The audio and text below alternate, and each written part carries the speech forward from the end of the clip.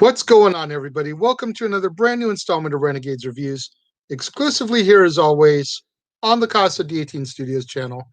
I, of course, am your host, the Renegade JJ Williams, and today I'm going to be talking about the final chapter in the original trilogy, 1983's The Return of the Jedi, starring Mark Hamill, Harrison Ford, Carrie Fisher, Billy D. Williams, Anthony Daniels, Kenny Baker, Peter Mayhew, Ian McDermott, Frank Oz, David Prowse, James Earl Jones, Sebastian Shaw, Hayden Christensen, Alec Guinness, Warwick Davis, and Jeremy Bullock. What's going on, everybody? Thank you for joining me here once again for another brand new installment of Renegades Reviews. And today, as I said in the opening, we're going to round out, bring to an end, the original Star Wars trilogy with Return of the Jedi. I viewed the special edition, as unfortunately that's the only one that's out there for mass consumption these days, whether you have it on DVD, Blu-ray, or Disney Plus. It's the special edition. And there's a couple of changes in it that I actually don't mind, and I'll discuss that when I get to those points in the film. Overall, the special editions, I feel, weren't as horrible as people give them credit for being. While I would like the opportunity and the availability for the original edits out there on media somewhere, shape, or form, the only stuff that I really don't see as having been necessary is the majority of the stuff in the original A New Hope, with the exception of maybe the Jabba scene there on Tatooine. But we're not talking about that right now. We're talking about Return of the Jedi. Let's get down to it, shall we? Our film opens, and it's been a year since the capture of Han Solo. R2-D2 and C-3PO are sent by Luke Skywalker to Jabba the Hutt's palace on Tatooine in an effort to try and bargain for Han's life.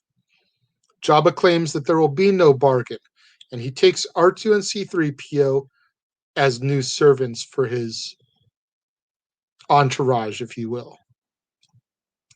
Princess Leia then infiltrates the palace, disguised as a bounty hunter named Boushh, and with Chewbacca in tow, attempting to collect the bounty on Chewbacca's head.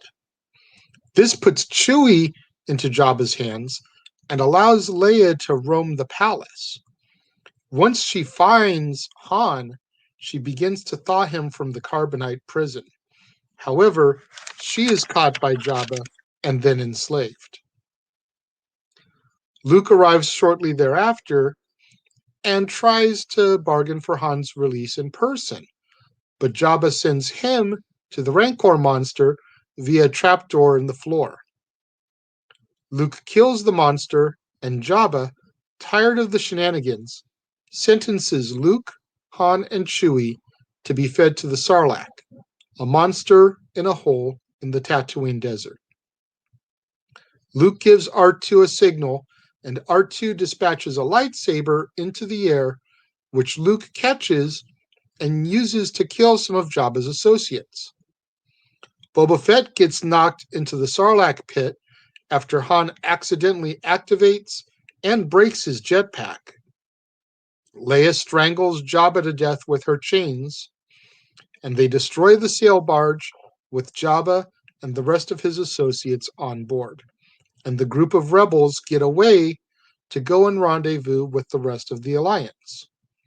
While Han, Chewie, C-3PO, Leia, and Lando, who was disguised as one of Jabba's guards during the rescue of Han, go to join the Alliance, Luke and R2 return to the Dagobah system in order to complete Luke's Jedi training. Upon his arrival, though, he discovers that Yoda, the last remaining Jedi Master, is dying. Yoda admits to Luke that Darth Vader is in fact Anakin Skywalker, Luke's father, and reveals that Luke has a twin sister before vanishing, becoming one with the Force. Luke then encounters Obi-Wan's Force Ghost, who tells Luke to search his feelings. It is then that Luke realizes that Leia is his sister. Obi-Wan tells Luke that he must face Vader again in order to complete his training and defeat the Empire. Back at the Alliance, they have discovered that the Empire has been constructing a second Death Star and that the Emperor himself is on board overseeing the final stages of construction. They divide the Alliance into two teams, one to go down to the forest moon of Endor, take out the shield generator, which powers the energy shield, which is protecting the Death Star, and one team to lead an assault on the Death Star. Lando Calrissian volunteers to lead the assault on the Death Star, while Han, Leia, Luke, Chewie, R2, and 3PO go down to the Endor moon to take out the shield generator. Han pilots a stolen Imperial shuttle in order to arrive undetected, and when they arrive, they encounter the Ewoks, who believe C-3PO is a god. The group of friends gain the trust of the Ewoks and use their new furry friends to help in their mission. Leia can kind of see something is bothering Luke, so she questions him about it, and he reveals to her that she is his sister, and that Vader is their father. He tells her that he needs to confront Vader once again and try to bring him back to the light side of the Force. So Luke surrenders to Imperial troopers, who bring him to Vader. Luke tries to convince Vader to turn good, but Vader rejects the request. Vader then takes Luke to the Emperor, who desires to turn young Skywalker to the dark side of the Force. The Emperor also reveals that Luke's friends are headed into a trap. On Endor, Han's teams are captured by Imperial forces. Meanwhile, Lando and Admiral Akbar lead the rebel assault on the Death Star, finding the shield not deactivated and an Imperial fleet waiting for them. A counterattack by the Ewoks allowed the rebels to infiltrate the shield generator, and the Emperor reveals to Luke that the Death Star is fully operational and orders the space station to fire and destroy a rebel starship. The Emperor tries to tempt Luke to give in to his anger, but Luke attempts to attack him, but Vader intervenes, and the two have a lightsaber duel rematch. Vader senses Luke's feelings for his twin sister and threatens to turn her to the dark side if Luke refuses to join. Enraged at the idea, Luke attacks Vader, severs his robotic hand, and defeats him. The Emperor then tries to get Luke to kill Vader and take his place at the Emperor's side, but Luke refuses, declaring himself a Jedi like his father before him. The Emperor tortures Luke with Force lightning, and Vader watching his son in agony. Vader has had enough, and he betrays the Emperor, picks him up, and throws him down a reactor shaft to his death. However, Vader has been electrocuted in the process, and he's dying. He's fading quickly. As his last request before he dies, he asks Luke to remove his mask so that he can look upon him just once with his own eyes. A now redeemed Anakin Skywalker then dies in Luke's arms.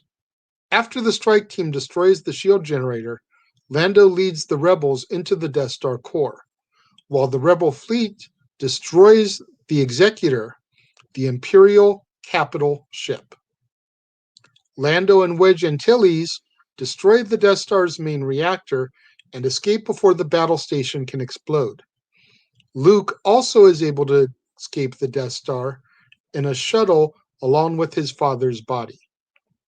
Back on Endor, Leia reveals to Han that Luke is her brother, and Luke cremates his father's body on a funeral pyre before rejoining his friends. And our film draws to its close with the rebels celebrating as Luke sees the Force ghosts of Obi-Wan Kenobi, Yoda, and Anakin Skywalker. So there you have it. Our final chapter in the original Star Wars saga comes to its close, but we're not done just yet. Joining me here today on Renegades Reviews to help discuss this film and its legacy, the pros, the cons, debate back and forth about it, none other than the Jeff Meacham Network's resident stat boy, Mike Caldwell. Welcome. Thank you for joining me here on the show.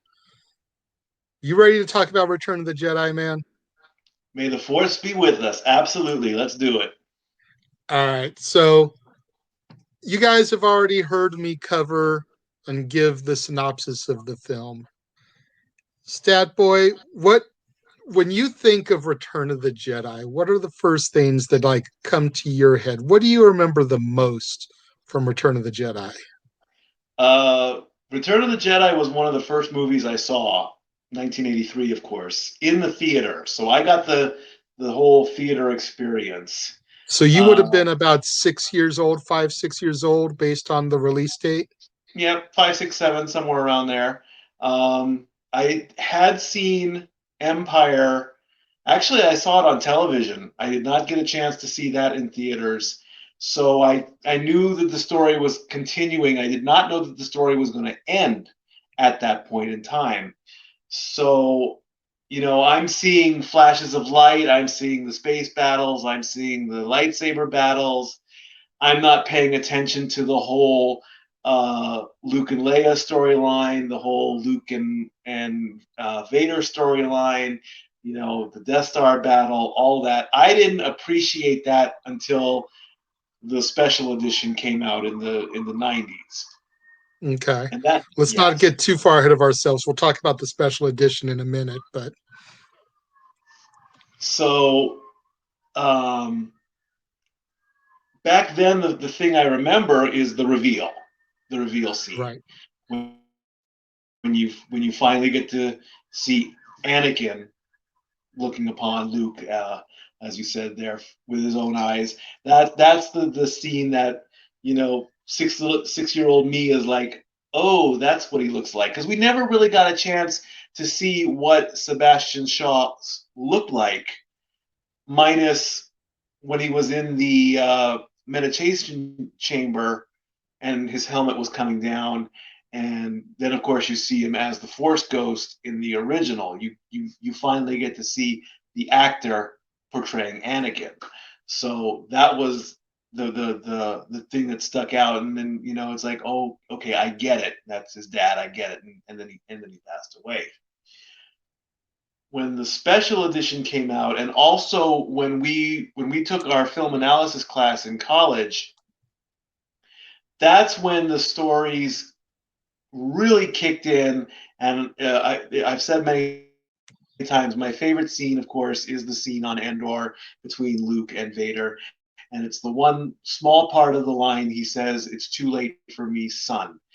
That's Anakin talking. That is not Vader. That is not the evil hatred. That small little line, it's my favorite line in the entire Star Wars series, even though there are countless of top tens of favorite quotes. That's my favorite line. "It's too late for me, son. I must obey my master." So when you see that, you just, that's almost like, pun intended, the lightsaber going right through Luke's heart. That's it. Okay. And then of course he responds with, "Then my father truly is dead." And then of course there's the redemption scene at the end, and all is nice again. So there you go. Right. It's funny that you mentioned the meditation chamber scene from Empire, because I believe that was actually David Prowse. Because David Prowse was always the man inside the suit. David Right. Prowse got shafted big time when they did the big reveal and they used Sebastian Shaw, and then again in the Force Ghost scene. Like, that was a huge slap in David Prowse's face, because first they dubbed over his vocals with James Earl Jones, which, let's not kid ourselves, James Earl Jones is badass. And if you could have anybody narrate your life other than maybe Morgan Freeman, I think it would be James Earl Jones that anybody would pick. Sam Jackson coming Right. in a close third, though. But Right. Absolutely. David Prowse just continually got shafted in this saga, because again, they replaced his dialogue, and then he didn't even get to be the unmasked Vader. But Right. I think that scene that you mentioned I in the totally agree. meditation chamber, I think that was the back of David Prowse's head that you saw, not Sebastian Shaw's. But I think it's Right. interesting, though, that your favorite quote comes from Anakin, because mine does as well, but it's from the prequels. Right. My favorite quote from Anakin is when he confesses to Padme about slaughtering the Sand People, because it's in that scene that you Right. get the first glimpse of Vader, the Yeah. foreshadowing of what he would become. Exactly. Absolutely. Foreshadowing was huge in the prequel series. Oh yeah, they had to. They had to. Like, even though people like us who grew up with this trilogy pretty much kind of could already put together what happened in the beginning, in order to tell the tale properly, they had to put those little foreshadowing elements so that someone growing up watching them 1 through 6, everything makes sense as you go through it. Right. As opposed to those of us that grew up with 4, 5, 6, and then going back in 1, 2, 3. Right. Gotcha. Um, the special editions, though, you made comment about that a couple times. Um, what did you think of the special editions, and not just Jedi itself, although that's our central focus here, but the other special editions as well, A New Hope and Empire? Do you think they added to the story, took away to this from the story? Were they really necessary, the changes? Let's kind of debate back and forth about this, because there's some things that I feel. In Empire, Go ahead. in Empire, yes. It definitely showed between Han and Jabba, uh, the business deal gone bad. Um, you know, showing that Jabba is not this horrible hut who just wants to, smoke on his pipe and try and get with Leia in Jedi. It shows that he is a businessman. You know, he when he said, Han, you're the best, Han, my boy, uh, you're the best smuggler ever. But if what am I supposed to do when my top guy drops his cargo at the site of an Imperial Starfleet? It's bad for business. So what do you want me to do here? And Han, of course, being the smuggler that he is, he's like, I got this. A little bit more for you, and we're good. I don't really remember much of the special edition of New Hope. And for Jedi, of course, there's the extra edition in Jabba's palace. There was the musical number and all that. There was the celebration at the end. That greatly helped the story, I think, because the celebration through the universe to show that the Empire had finally been defeated, and everyone's doing fireworks and everyone's celebrating. That's the good close. I mean, in the original, when you get everyone celebrating on Endor, you got to make it big. It's Lucasfilm. It's the Star Wars universe. You go big or go home, and it kind of did at the end of Phantom Menace. Everyone's cheering in the crowd, parades, peace, fireworks. You got to have that. Okay, the Empire is finally defeated. Let's get this giant celebration going. And of course, the big controversy: putting in Hayden in instead of Sebastian Shaw. I get it. We didn't know what Sebastian Shaw looked like, minus the scarring, the discolorment. So we didn't know what Anakin looked like. When we watched the prequels, that was the version of Anakin we saw. So that's probably why the decision was made. Let's put Hayden in there because that's the Anakin everyone wants, or that's the Anakin everyone sees. The original people, they're saying that's Anakin. That's the Anakin that we wanted to see. We wanted to see what Anakin looked like before Mustafar, before the volcano, engulfed him in flames. I get it. People didn't like the way Hayden acted. I get it. But that's the way I'm going to go with that. I'm sorry, you didn't like it? Call George up, send him a tweet, and tell him about it. He's heard it for years. Most definitely, most definitely. First thing to point out is your recollection of the Jabba sequence. That actually is A New Hope. That's not Empire. So, I knew I screwed that up. No, it's okay. It's okay. Empire, as far as the special editions, I honestly don't recall that much being added except for the extension of the Wampa scene. Right. Actually seeing him charge after Luke and everything.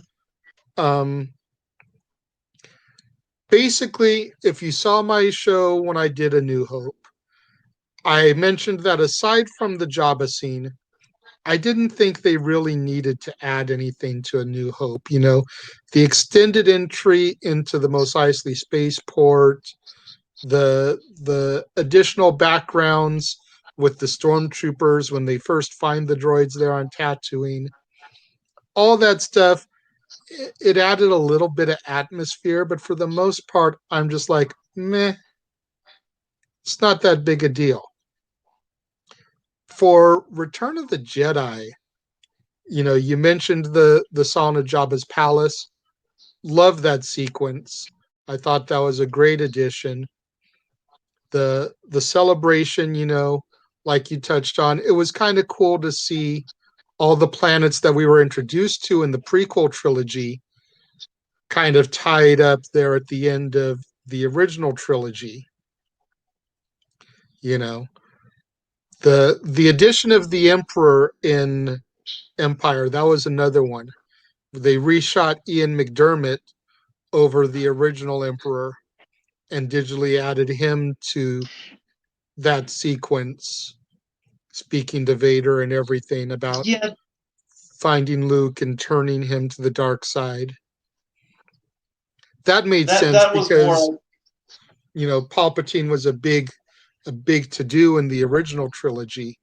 So now that we know what the Emperor looked like, putting that face over that made sense. Yeah, I would consider that an upgrade. I mean, the original look of Palpatine in that scene was much more dark, much more menacing, much more scary. So I'm kind of on the fence on that one. I mean, I get it. We know what he looked like thanks to the prequels, so I'm on the fence on that one. I think I would have preferred the original because you couldn't. It looked like I hear you there, but at the same time, if you listen to Lucas talk, he always knew that when we got to the Emperor in Jedi, it was always going to be Ian McDiarmid. So when they then did the prequels and we were able to get Palpatine's rise and growth into the Emperor, it just made sense to digitally replace that version of the Emperor with McDiarmid because that's who it was. Right. The Hayden Christensen one, I'm glad you brought that up because I know, like you said, a lot of people, that's controversial. And if you saw Oh my yeah. reviews Oh on yeah. the prequel trilogy, I mentioned that you can't really fault Hayden all that much. You can only do so much with the dialogue you're given. He didn't Right. write his Right. lines, he just acted them to the best of his ability, the way he was instructed. But Absolutely. I feel that the reason they replaced Sebastian Shaw's Force Ghost with him goes back to what Obi-Wan tells Luke there on Dagobah after Yoda's passed. You know, he ceased to be Anakin Skywalker and became Darth Vader. Well, when Anakin died and ceased to be Anakin Skywalker, who was he? Hayden Christensen. So it made perfect There it sense is. to put him as Anakin right there in that spot. And personally, I think Hayden gets a bad rap.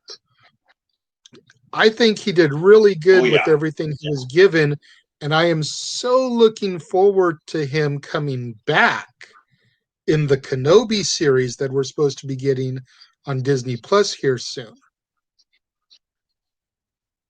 Oh, I am that's new. jonesing to see. Oh, it's not news. It's been out in the world for a while. You may be hearing it for the first time. But yeah, at the last D23 that they did, they brought Ewan out and announced what was at that point going to be a Kenobi movie. But Mm-hmm. after Solo tanked hardcore, but then with the success of The Mandalorian, they decided to do Kenobi as a series on Disney Plus. And they got Hayden back to be Anakin Vader. Yeah, I'm sure they'll use him as Anakin for like flashback scenes and then put him in the suit to be Vader. And where does that take place in the timeline? Um, between Revenge of the Sith and A New Hope. Okay. It's going to be Obi-Wan watching Luke grow up from afar. Okay. That's cool. So The Obi-Wan is still alive. Uncle Owen and Aunt Beru are still alive. Yoda's still alive. All those characters can be involved in some way, shape, or form in the story. Possibly even Watto too, if they wanted to go there, because we never see Watto die, so he no. can still be on Tatooine. Him and Obi-Wan could have a bump in somewhere down the road, you know. The last question I want to bring up on the special edition stuff was when the Blu-rays got released, and they dubbed in the last bit of Vader's voice from Revenge of the Sith when Vader was born, or when Vader, is lamenting over Padme's death. When Vader picks up the Emperor and he screams, "No, I've had enough." In your synopsis, what do you think of that small little ad? I thought that was kind of corny. I thought that What do was kind of corny because the dialogue in of itself from the Revenge of the Sith scene was kind of corny. But then to reuse that dialogue in the destruction of the Emperor, I just felt that that was unnecessary. It's better for him just so to be just so we silent and just realize that what's happening is wrong, realize that he needs to save his son. You know, F this, I've had enough. Up you go, get rid of you. You're dead. I'm going to maybe disagree on that, and that's where we're going to probably have the debate. I mean, it was a simple word, a simple line. At least he didn't have to go into this whole, at least it wasn't written, I can't believe you're doing this to my son. I've had enough. You can't do that to my son type of thing. Just screaming no, I think was enough. for that to happen. And then when I saw that scene, I'm like, okay, I get it. There's Anakin coming out again. Now the turn is complete with one word. That makes it up just a little bit more better. So we're gonna disagree on Yeah. that topic. Yeah. Agree to disagree. It's all fun. It's all good. Just like me and Jeff say on Dad's Not Always on Wrestling, everything is subjective. You're Exactly. allotted your opinion. I'm allotted mine. You feel that Return of the Jedi is the best in the series. I've always been an Empire guy. Agree to Right. disagree. What about the scene? What about the scene that got cut, where Luke puts the finishing touches on his lightsaber? It's been a while since I've seen that scene. I Could that don't have? really recall it. I don't think it really made that much It's difference just. to the story. I I mean, almost it's prefer. just him. It looks like he's sitting in a cave, and he's just constructing the lightsaber. He ignites it, and then he just walks out. So I don't think it adds anything to the story, really. Like, I almost prefer the fact that it pops up out of R2 out of nowhere. You're just completely not expecting it. And, then there he is on the sail barge and he kind of gives the little salute to R2 and he shoots it in the air. It's like, whoa, where'd that come from? And you little bucket of bolts, where were you hiding that thing? Like, seriously. and then of And then, course of course, Family he Guy lands. parodied Right. that. Oh, of course. And we're going to get into that in a few days when I take a look at the Star Wars Family Guy set. But we still have the sequel trilogy to get through first.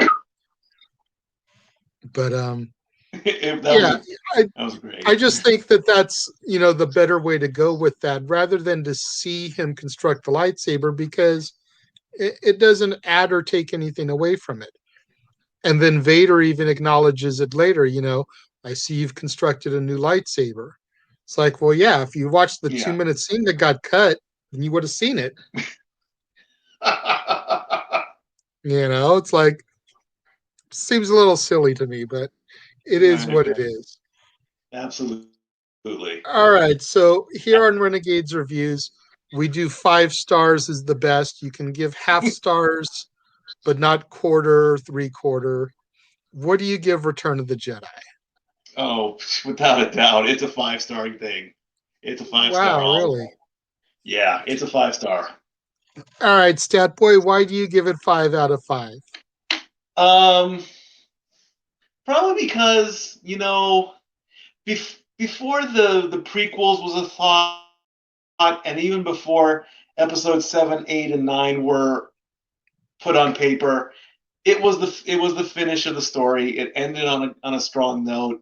Everything got resolved, and it was just a good ending. It was a good way to finish. And then, of course, the fans decided, well, we want more. We want more. We got to find out more. So at that point in time, I had to give it 5 stars because, like I say, it's one of my favorites of all time. So, if it's one of the favorites, it gets 5 stars hands down. I feel bad with what I'm going to give it then, but I've got to stay Uh-oh. true. I've got to stay true to myself, and I've got to stay true to what I've talked about here on the past episodes. I give Return of the Jedi 3.5 out of 5. Ooh. I have always Ouch. felt that it was the weakest of the original trilogy. Empire I feel is the best, then A New Hope, and then this. When I was younger, I loved the Ewoks, and I just thought that they added so much to the film. But as you get older, I kind of started to find the Ewoks a little bit distracting and annoying, and felt that they took away more than they added to the story. Wow. People talk about how obnoxious and annoying Jar Jar was. Ewoks were pretty freaking annoying too, dude. Like, for real. Like, you rewatch it and they're just like all over the place. Like, calm down, you little fuzzball. But when it comes to a pinch, They were crucial in the Battle of Endor. They were resourceful and they were smart and they knew how to win. Jar Jar got lucky when he in the Battle of on where was that? On Coruscant, Naboo. or no, not Coruscant. Naboo. Naboo, the Battle of Naboo. Yeah, he got lucky twice.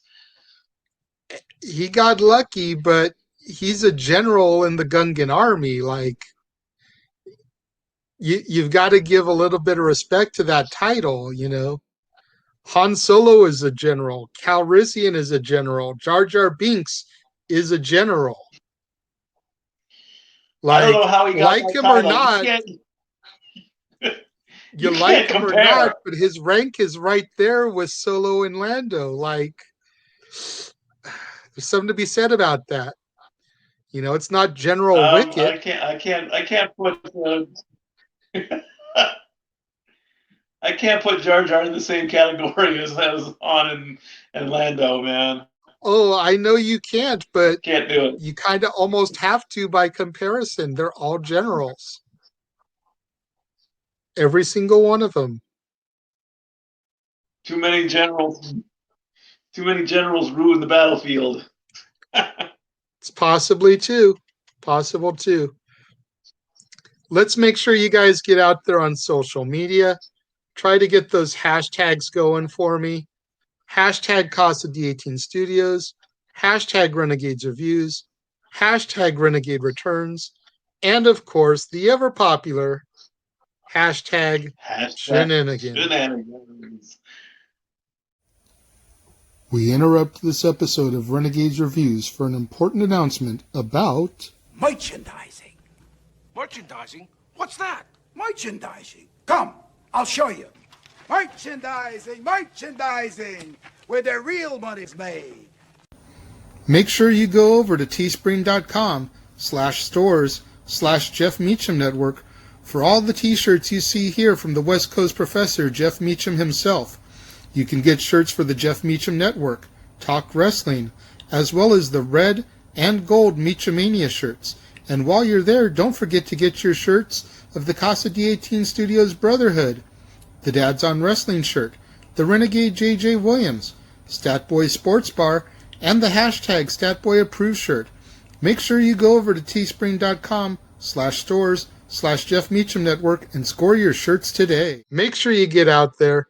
Do what that commercial just told you. Go to teespring.com/stores/Jeff Meacham Network for all your official merchandise of the Casa D18 Studios Brotherhood. You can get your very own Renegade JJ Williams shirt like Statboy is wearing today. Get you your shirt for the Dad's Not Always on Wrestling.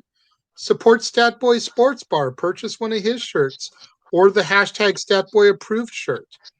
You can also support the official shirts for the Jeff Meacham Network. There are 3 different designs of the Jeff Meacham Network for you to choose from.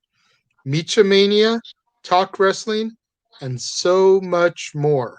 What have you got going on the sports bar this week? You know, today is Tuesday. I know you're usually open for business on Tuesdays, but you're opening on a different date this week. Is that correct?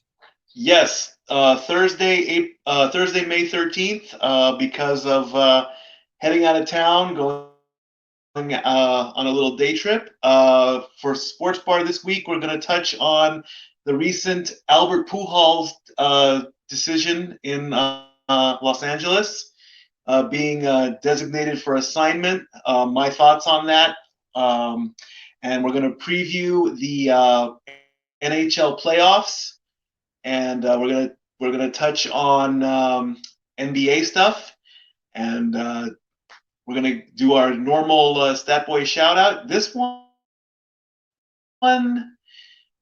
gonna be an interesting shout out because thanks to a preview I saw, and I'm not gonna drop much, but if you know me, one of my favorite shows is coming back on Netflix.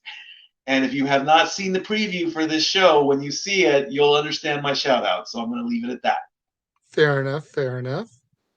Statboy, thank you once again very much for coming on and joining me here today. I greatly appreciate it, man. It's always good when I can get you to come into the balcony with me here on Renegades Reviews and, talk about whatever motion picture it is this month that, tickles your fancy. I appreciate you being here to discuss the ways of the Force and the return of the Jedi. Like we established, your favorite of the saga. Mm-hmm. Anything else that you want to throw out there before we get out of here, man? All I can say again is thank you, and may the Force be with you. All right. So for all my viewers that have been watching the live stream, leaving your comments over there next to Stat Boy, thank you so much. We greatly appreciate it. Everyone that watches on demand, a little bit later, because maybe you're not available when we go live, leaving your comments down here in the comment section. Thank you very much. Greatly appreciate it.